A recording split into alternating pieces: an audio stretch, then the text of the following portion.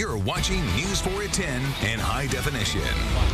Now to what so many Americans are worried about, the economy and how it will be impacted by the fallout from the downgrade of the U.S. credit rating. Now, the opening bell on Wall Street still hours away, but we're already seeing the impact on nervous, volatile markets here and abroad.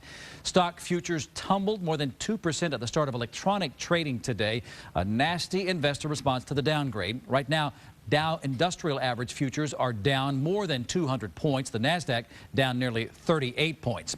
Now, if that doesn't make you cringe, this might. The country's credit rating could get downgraded again. That coming straight from the director of Standard & Poor's, the agency that lowered the U.S. credit rating from AAA to AA+. If the fiscal position of the United States deteriorates further, or if the political gridlock becomes more entrenched, then that could lead to a downgrade. So why did this drop happen now? Well, the S&P claims it's because of a broken U.S. political system and the nation's inability to get spending under control. So you're probably hearing the downgrade could end up costing you with higher interest rates on your house, even your car.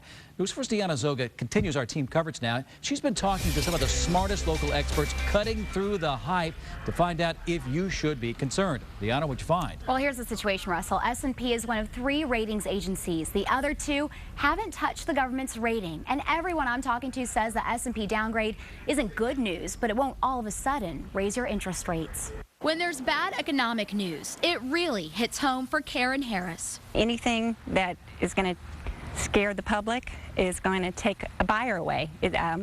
We don't have that many right now. I think we're going to stay steady low on interest rates. I don't see them creeping up. And neither does Dr. Keith Womer. He's the dean at UMSL's College of Business. I have a car loan.